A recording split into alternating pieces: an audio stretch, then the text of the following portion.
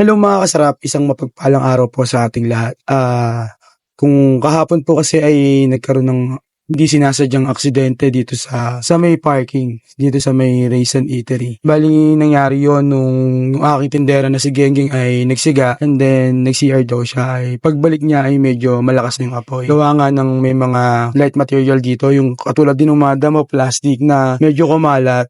And then tapos inabot yung kuryente. Kaya yung wire ng kuryente na yun ngayon bagong lagay na. Dito umabot sa may punta sa CR hanggang sa nawalan kami ng kuryente kahapon. At kahapon ay wala ako kaya hindi ko alam kung ano yung nangyari. Bali ang sabi lang sa akin ni Maldits bigla nga daw nagliyab at nagkagulo sila. And then napansin niya nga na binabasa nila na tubig. May mga tumulong na. And then pagkatapos ay nakita ni Maldits na meron kaming fire extinguisher at saka niya ginamit. So after nun ay may concerned citizen na tumawag sa BFP at may dumating na bumbero para mag-rescue. And then natapos naman na nung dumating yung bumbero napatay na nila yung apoy. So ilang araw ko na rin yan na binablog yan na maraming kakapal na yung mga damo dito sa may aming parking area. Kaya lang ang nangyari ay aksidente na yung apoy gumapang at naabot yung kuryente. Kaya ngayong araw na to ay kinausap ko si kuya na kung maaari ay mag-grass cutter na siya para yung mga damo maputol na and then malinis na rin yung bakuran kasi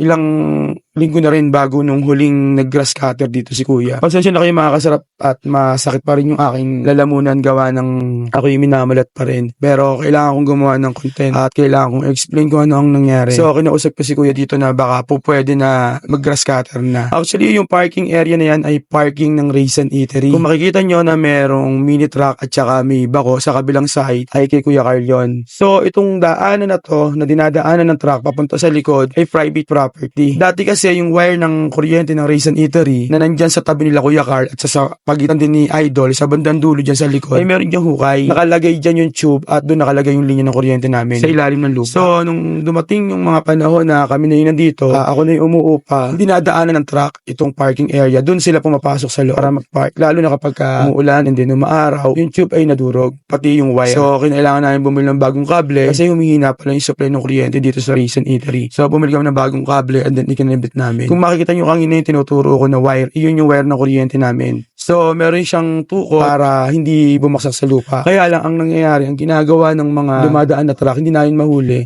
binababa nila yung pinakatukot at sinasagasaan nila. Which is mahirap baka pagmula ng aksidente. Katulad nga ng nangyari kahapon. So ito si kuya, balik tayo dito, kinuusap ko si kuya na mag-rascat. Binigyan ko muna si kuya ng pambili ng gasolina.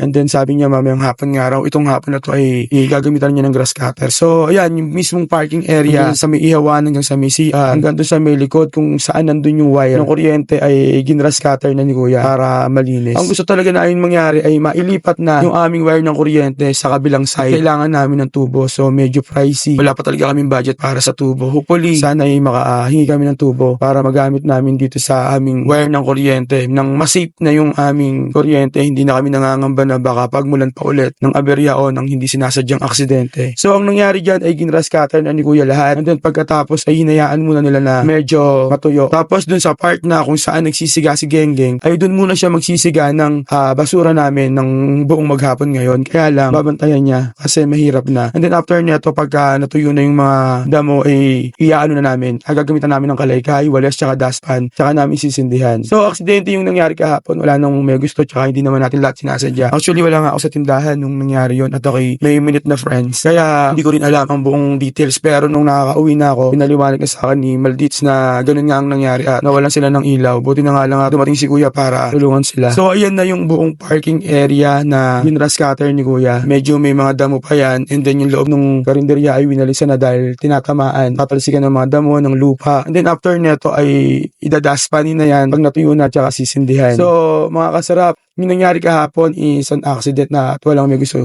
sa nangyari. So, yun lang mga kasarap. Maraming salamat.